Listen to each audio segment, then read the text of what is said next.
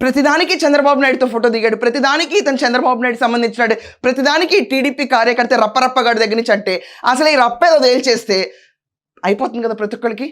ఇతనైతే చంద్రబాబు నాయుడు మనిషి అవ్వడు కదా, చంద్రబాబు నాయుడు తీసుకొచ్చి పెట్టించాడు కదా అక్కడ డబ్బులు, ఇతని ఇంట్లో అయితే పెట్టించాడు కదా. సో ఇతను ఇల్లు ఎందుకు సోదా చేయరు? ప్రతి ఒక్కరికి డౌట్ రావట్లేదా? ప్రతి ఒక్కరికి అనిపించట్లేదా? కింగ్ పిన్గా ఉన్న రాజ్ కసిరెడ్డి లాంటాడే జగన్మోహన్ రెడ్డి పేరు తీసుకున్నప్పుడు జగన్మోహన్ రెడ్డి ఇల్లు సోదాలు ఎందుకు చేయకూడదు? This is my question. మీరందరూ కూడా నాతో ఈ పర్టికులర్ పాయింట్లో ఏకీభవిస్తే కమెంట్స్లో మెన్షన్ చేయండి. ఇదంతా కాకుండా ఉట్టి తాడేపల్లి ప్యాలెస్ కాకుండా ఎల్హంక ప్యాలెస్, ఇన్ని ప్యాలెస్ ఉన్నాయి కదా జగన్మోహన్ రెడ్డికి.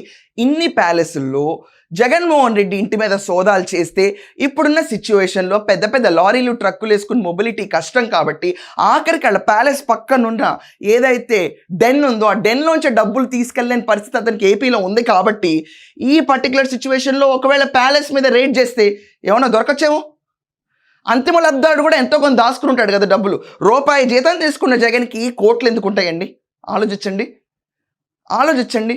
అసలు భయం లేకపోతే సాక్షి పేపర్ అనేది ప్రతి ఒక్కటి మ్యానిపులేటివ్ న్యూస్ ఎందుకు రాస్తుంది? ఉన్నట్టు రాయొచ్చు కదా.